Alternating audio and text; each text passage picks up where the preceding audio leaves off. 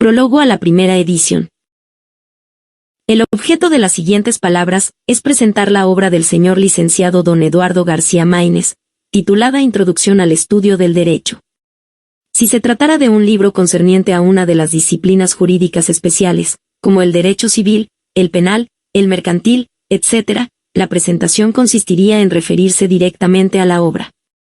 Pero como se trata de un libro relativo a una asignatura nueva en la Facultad de Derecho y poco conocida en nuestro medio jurídico, antes de ocuparse del texto es menester hablar de la materia a que se refiere.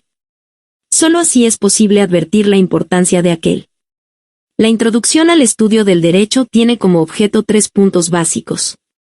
Que son: A. Ofrecer una visión de conjunto del derecho. B. Estudiar los conceptos generales del mismo. Y C. Discutir los problemas de la técnica jurídica. Estos 3 puntos constituyen su objeto de conocimiento. Su interés se pone de relieve haciendo consideraciones sobre cada uno de ellos. Por lo que respecta al punto A, su importancia es obvia. Es indispensable ofrecer a los alumnos que se inician en las materias jurídicas una visión de conjunto del derecho. Necesario es que estos tengan, antes de abordar el estudio de las disciplinas jurídicas especiales, una noción del derecho, de sus fuentes, de la clasificación de las normas jurídicas, de las ramas del derecho positivo, de las materias que las estudian, de los problemas de cada una de ellas, y así sucesivamente. Solo poseyendo estas nociones previas podrán cursar con éxito la carrera de abogado. Sin el conocimiento de la nomenclatura jurídica usual y de los problemas fundamentales del derecho, la tarea resulta muy difícil. El tránsito de la Escuela Nacional Preparatoria a la Facultad de Derecho es demasiado brusco, por la diversidad de los estudios que en ella se hacen, sirviendo la introducción al estudio del derecho como puente entre ambos ciclos educacionales. Por lo que toca al punto B, su importancia se justifica por otro orden de consideraciones. Existen en el derecho 2 clases de conceptos, los generales y los particulares. Aquellos se aplican a todas las ramas del derecho. Estos tan solo a determinadas divisiones del mismo. Como ejemplos de los primeros podemos citar los de persona, hecho jurídico, sanción, etc. Como ejemplos de los segundos, los de acto de comercio, delito, huelga, etc. En tanto que los conceptos generales se aplican a todas las ramas del derecho, como ocurre con los de persona, hecho jurídico y sanción, que lo mismo se aplican al derecho civil, que al penal, al mercantil o a cualquiera otra división. Los particulares solo se aplican a determinadas ramas del derecho, como ocurre con el de acto de comercio, que solo se aplica al derecho mercantil, el de delito, que solo se aplica al derecho penal, o el de huelga, que solo se aplica al derecho del trabajo. Ahora bien, corresponde a la introducción al estudio del derecho la exposición de los conceptos generales del derecho y a las disciplinas jurídicas especiales el estudio de los conceptos particulares. Obvio resulta afirmar que sin el conocimiento de los conceptos generales no es posible pasar al estudio de los particulares. Por lo que mira al punto C, su importancia se justifica por razones semejantes a las anteriores. La ciencia del derecho consta de 2 partes, la sistemática y la técnica jurídicas. La primera tiene como objeto la exposición ordenada y coherente de un derecho positivo determinado. La segunda, estudiar los problemas que se suscitan con motivo de la aplicación del derecho, a saber, los de interpretación, integración, vigencia, retroactividad y conflictos de leyes. La sistemática jurídica se estudia por medio de las disciplinas jurídicas especiales. La técnica jurídica por medio de una materia general que es la introducción al estudio del derecho. Por lo demás, no es posible que las disciplinas jurídicas especiales estudien los problemas de la técnica jurídica, toda vez que dichos problemas no se plantean con respecto a una rama determinada del derecho, sino con relación a todas ellas, constituyendo cuestiones generales que deben ser tratadas por una materia general. La necesidad de una materia general en la que se ofreciera una visión de conjunto del derecho, se estudiaran los conceptos generales del mismo, y se discutieran los problemas de la técnica jurídica, fue la que determinó la creación de la introducción al estudio del derecho. Antes de esto el vacío existente se llenaba en las escudas de jurisprudencia con la parte del primer curso de Derecho Civil denominada Introducción. Esta parte no llenaba su objeto, por ser incompleta, por ser elemental y por ser extraña a la disciplina a la que estaba vinculada. En efecto, la introducción del primer curso de Derecho Civil era incompleta, porque no ofrecía una visión de conjunto del derecho, ni estudiaba los conceptos generales del mismo, limitándose tan solo a discutir los problemas de la técnica jurídica. Era elemental, porque incluso al estudiar dichos problemas no lo hacía en toda su extensión doctrinaria, lo cual se explica porque su finalidad era tan solo la de comentar el capítulo preliminar de la ley civil. La prueba de ello la encontramos en el hecho de que, comúnmente, en los tratados de derecho civil solo se dedican unas cuantas páginas a lo que se llama parte general. Además, era extraña a la materia a la que se le había vinculado, toda vez que el derecho civil es una disciplina especial, por cuyo motivo debe limitarse a estudiar la rama del derecho privado que constituye su objeto de conocimiento, a la que es obvio que no pertenecen los problemas de la técnica jurídica. Sin embargo, el hecho de que el capítulo preliminar de los códigos civiles se ocupe de los problemas de la técnica jurídica y los tratados de derecho civil dediquen una parte general a los mismos, han hecho creer que corresponde al derecho civil el estudio de dichos problemas. Esta estimación es errónea. Los problemas de la técnica jurídica, que son los de interpretación, integración, vigencia, retroactividad y conflictos de leyes, no son problemas de derecho civil, sino que se plantean con respecto a todas las ramas del derecho, por cuyo motivo deben ser estudiados por una materia general.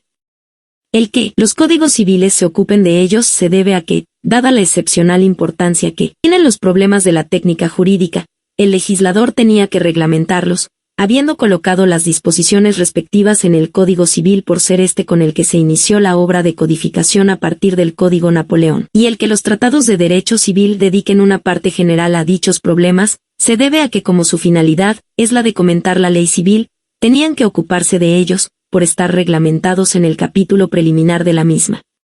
Pero estas circunstancias de hecho no demuestran que corresponda al derecho civil el estudio de los problemas de la técnica jurídica. Dicho estudio corresponde a una materia general que es la introducción al estudio del derecho. Las razones expuestas motivaron que diversas facultades de derecho como las de Viena, Buenos Aires, La Habana, Lima, Tucumán, Guatemala, etc., incluyeran la introducción al estudio del derecho en sus respectivos planes de estudios. La nueva materia ha dado origen a una literatura abundante. Entre las principales obras publicadas pueden citarse las siguientes: Gustavo Radbruch, Introducción a la ciencia del derecho; Claude Dupasquier, Introduction à la théorie générale et à la philosophie du droit; Julien Bonicace, Introduction à l'étude du droit; Gaston May, Introduction à la science du droit; Theodor Sternberg. Introducción a la ciencia del derecho, Enrique R. A. Italión y Fernando García Elano, Introducción al derecho; José Lozano Muñoz, Introducción al derecho; Carl Gerais, Introduction to the Science of Law. Ya nadie pone en duda la necesidad de que la introducción al estudio del derecho figure en el plan de estudios para la carrera de abogado. La innovación llegó a México recientemente. El año de 1934, siendo rector de la Universidad Nacional el señor licenciado don Manuel Gómez Morías, director de la Facultad de Derecho el señor licenciado don Trinidad García, y secretario de la misma el señor licenciado don Juan Losé Bremer, se reformó el plan de estudios, estableciéndose la cátedra de Introducción al Estudio del Derecho en el primer año de la carrera y la de Filosofía del Derecho en el último. De esta suerte, nuestro plan de estudios está de acuerdo con el pensamiento jurídico moderno, y su estructura consta de 3 partes fundamentales, que son: una materia preliminar, la introducción al estudio del derecho; un conjunto de asignaturas que forman el cuerpo de la enseñanza, las disciplinas jurídicas especiales; y una materia cumbre, la filosofía del derecho, que constituye el remate de los estudios profesionales. Explicados los antecedentes de la introducción al estudio del derecho, paso a referirme al libro del señor licenciado García Maínez. Este consta de 4 partes, que se titulan: La noción del derecho, las disciplinas jurídicas, los conceptos jurídicos fundamentales y la técnica jurídica. En la primera y segunda partes se ofrece una visión de conjunto del derecho. En la tercera se estudian los conceptos generales del mismo. Y en la cuarta se discuten los problemas de la técnica jurídica. Por tanto, se trata de una obra completa, toda vez que se ocupa de los 3 puntos básicos objeto de la materia. En la primera parte, el autor examina el problema de la noción del derecho, y para el efecto la distingue de otros conceptos que se le asemejan, tales como los de ley natural, norma moral y convencionalismos sociales. La parte mencionada incluye un capítulo referente a las fuentes del derecho y otro relativo a la clasificación de las normas jurídicas. El tema central, o sea el de la noción del derecho, no se examina en toda su extensión doctrinaria, por corresponder dicho estudio a la filosofía del derecho. Pero se examina en sus aspectos fundamentales, de indispensable conocimiento para el alumno que se inicia en los estudios jurídicos, concluyendo García Maínez que la solución del problema del concepto del derecho depende de la acepción en que se tome el vocablo, para lo cual propone una nueva clasificación. En la segunda parte, el autor se ocupa de las disciplinas jurídicas. Examina las disciplinas jurídicas fundamentales, o sea la ciencia del derecho, la teoría general del derecho y la filosofía del derecho, y las disciplinas jurídicas auxiliares, o sea la sociología jurídica, la historia del derecho y el derecho comparado. Esta parte es particularmente interesante, porque se ocupa de temas que no se estudiaban antes de que se creara la introducción al estudio del derecho, y porque muestra cómo un objeto de conocimiento tan complejo como es el derecho no puede ser agotado en su estudio por una sola disciplina jurídica, por necesitarse la cooperación de diversas disciplinas que lo investigan, cada una de ellas, a través de un prisma distinto.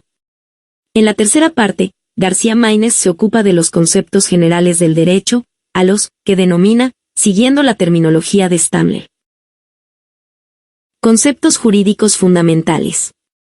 Esta parte estudia los conceptos de norma jurídica, hecho jurídico, derecho subjetivo, deber jurídico, persona, sanción, etc., conceptos de suma importancia por su generalidad, ya que se aplican a todas las ramas del derecho. En la cuarta parte, el autor se ocupa de los problemas de la técnica jurídica, como son los de interpretación, integración, vigencia, retroactividad y conflictos de leyes. En esta parte, como en la anterior, se hacen constantes referencias al derecho positivo mexicano y a las ejecutorias de la Suprema Corte. Es la parte más útil, porque cualesquiera que sean las actividades a que se dedique un abogado o la especialidad que cultive, siempre se le presentarán los problemas que se suscitan en la aplicación del derecho, que son los que estudia la técnica jurídica. Los méritos salientes de la obra son: originalidad, excelente información, valor didáctico y apego a nuestro derecho positivo. Cada uno de ellos merece un comentario especial. La obra es original, tanto en la creación como en la crítica. En la creación, como ocurre con respecto al concepto de libertad, al problema del concepto del derecho, y a la distinción entre moral, derecho y convencionalismos sociales.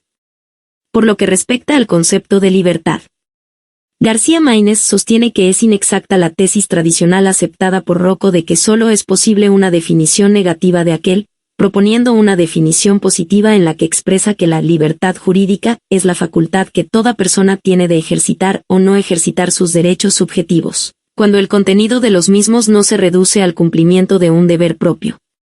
Por lo que toca al problema del concepto del derecho, sostiene que debe ser objeto de un nuevo planteamiento, consistente en delimitar previamente las acepciones del vocablo, para lo cual propone una nueva clasificación: derecho intrínsecamente válido, derecho formalmente válido y derecho positivo. De la acepción en que se tome la palabra depende la solución que se dé al problema. Y por lo que mira a la distinción entre moral, derecho y convencionalismos sociales, García Maínez, mediante una hábil combinación de las conocidas antítesis unilateralidad, bilateralidad e interioridad-exterioridad, empleadas por Santo Tomás, Tomasius y Kant, establece la diferencia que hay entre estos tipos de normas. Las anteriores ideas podrán admitirse o rechazarse, pero indudablemente representan una creación original del autor, muy plausible por cierto, y, por otra parte, están fundadas en un amplio desarrollo. La obra también es original en la crítica, como se advierte en todos los temas tratados en la misma, con respecto a los cuales García Maínez, después de citar las teorías tradicionales, expone siempre sus opiniones propias. Otro de los méritos de la obra es su excelente información. La mejor bibliografía de la materia publicada en español, alemán, italiano y francés es utilizada por el autor, quien, en exacta síntesis la presenta a sus lectores. En cada cita que hace, expresa el nombre del autor, de la obra, de la casa editora y el número de la página en donde se encuentra, lo que resulta de gran utilidad para las investigaciones monográficas. La obra tiene un valor didáctico evidente. La clara exposición del autor hace que incluso los problemas más arduos se entiendan con facilidad. Si a esto se agrega que a cada explicación sigue una serie de ejemplos, esquemas, cuadros sinópticos, dibujos, etc. Se comprende que la enseñanza se hace asequible a todas las personas. Otro mérito adicional de la obra es su apego a nuestro derecho positivo. Cuando se ponen ejemplos eligen, de preferencia, las disposiciones legales de nuestro sistema de derecho, como ocurre en la tercera y cuarta partes, que constituyen la sección propiamente jurídica de la obra, en los que estas referencias son constantes. Además, se toma en cuenta la tradición jurídica nacional, citándose, siempre que es pertinente, las opiniones de los autores patrios. Todo esto hace que las enseñanzas contenidas en el libro sean de gran utilidad, por no ser simples especulaciones académicas desvinculadas de la realidad, sino conceptos que se refieren al orden jurídico positivo de nuestro país. Independientemente de los méritos de la obra, que son muchos y que apenas se tocan, toda vez que un prólogo es una presentación, el autor de este prólogo encuentra, como es inevitable en estos casos, algunos motivos de inconformidad. En primer lugar, el capítulo dedicado a las disciplinas jurídicas auxiliares y especiales es demasiado lacónico, pues se limita a citar la definición de cada una de ellas, omitiendo la enumeración de sus problemas fundamentales. En segundo, se estudia el problema de la esencia del orden jurídico positivo, tesis de Kelsen, Latín y Radbruch, que con todo y ser muy interesante, está fuera de en la obra, por ser de la incumbencia de la filosofía del derecho. En tercero, el autor, siguiendo el ejemplo de Schreier, emplea fórmulas de tipo matemático para ilustrar sus explicaciones, lo que entre nosotros resulta contraproducente, pues no estando los alumnos acostumbrados a manejar dichas fórmulas, éstas complican la comprensión de la materia en vez de facilitarla. Los anteriores motivos de inconformidad, que quizá no son sino errores de apreciación del suscrito, no disminuyen en nada el mérito de la obra, que representa uno de los más serios esfuerzos que se han hecho en nuestra literatura jurídica. La obra que comentamos viene a aumentar la lista de libros de texto escritos por profesores de la Facultad de Derecho. Aquellos son, la Sociología Genética y Sistemática, de Antonio Caso, el Derecho Penal Mexicano, primer curso, de Raúl Carranca Trujillo, el Derecho Penal Mexicano, segundo curso, de Francisco González de la Vega, el Procedimiento Penal Mexicano, de Carlos Franco Sodi.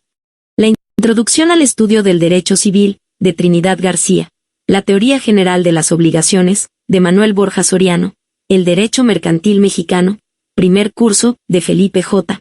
Tena, el Derecho Mercantil Mexicano, segundo curso, del mismo autor, los Títulos de Crédito, de Roberto Esteva Ruiz, el Tratado de las Quiebras, de Eduardo Pallares, el Derecho Constitucional Mexicano, de Miguel Lanz Duret, el Derecho Administrativo, de Cuino Fraga, el Derecho Agrario, de Lucio Mendieta y Núñez, el Derecho Mexicano del Trabajo, de Mario de la Cueva, Vida Humana, Sociedad y Derecho, de Luis Recasens Siches, y ahora, la Introducción al Estudio del Derecho, de Eduardo García Maínez. Nuestra Facultad de Derecho tiene el orgullo, entre todas las instituciones universitarias del país, de ser la que cuenta con el mayor número de libros de texto escritos por sus propios profesores.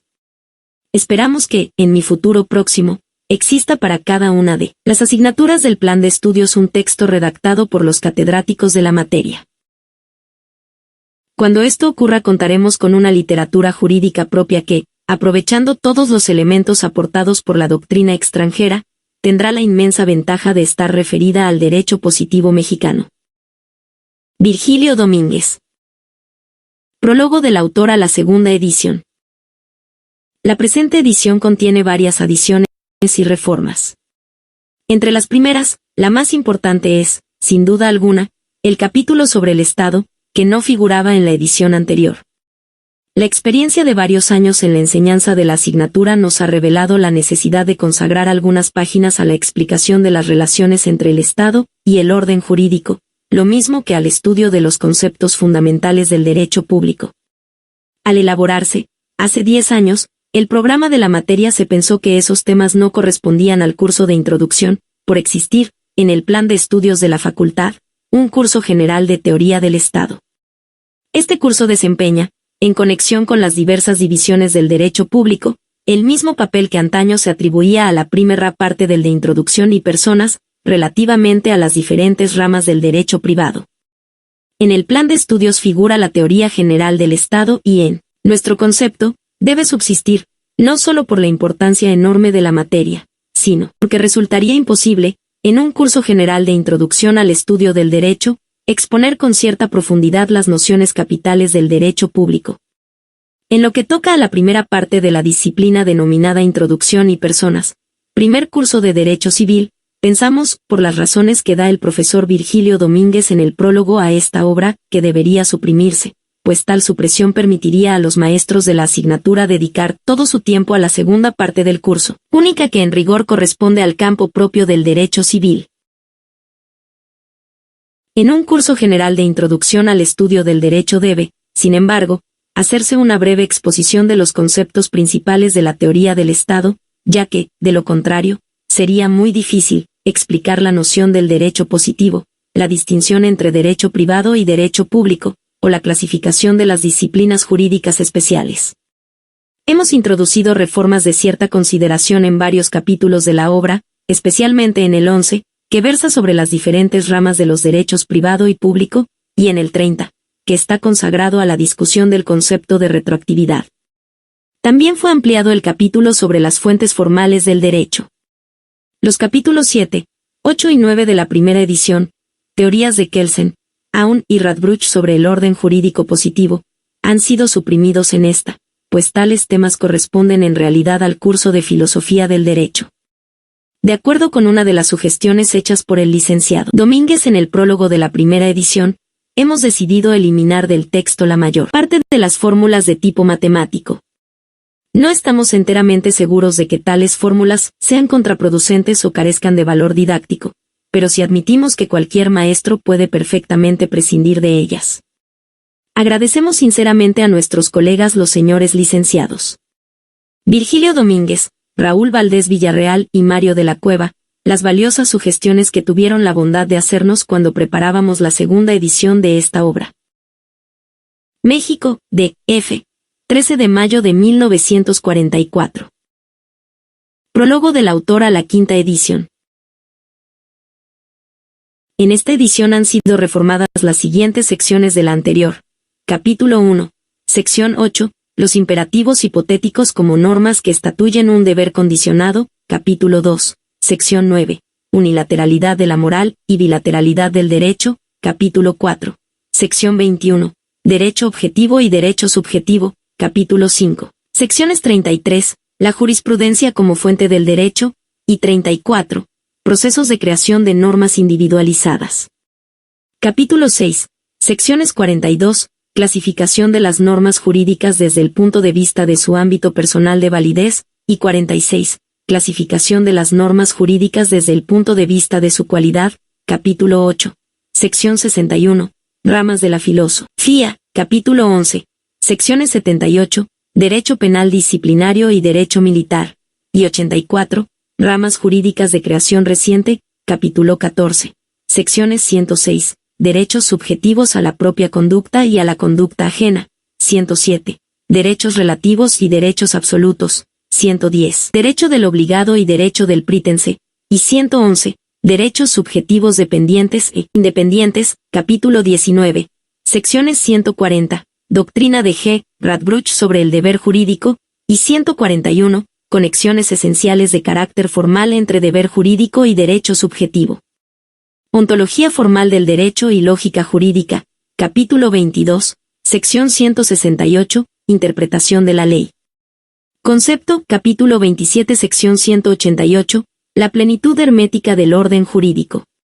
En los demás capítulos de la obra se han hecho numerosas correcciones, casi todas de forma.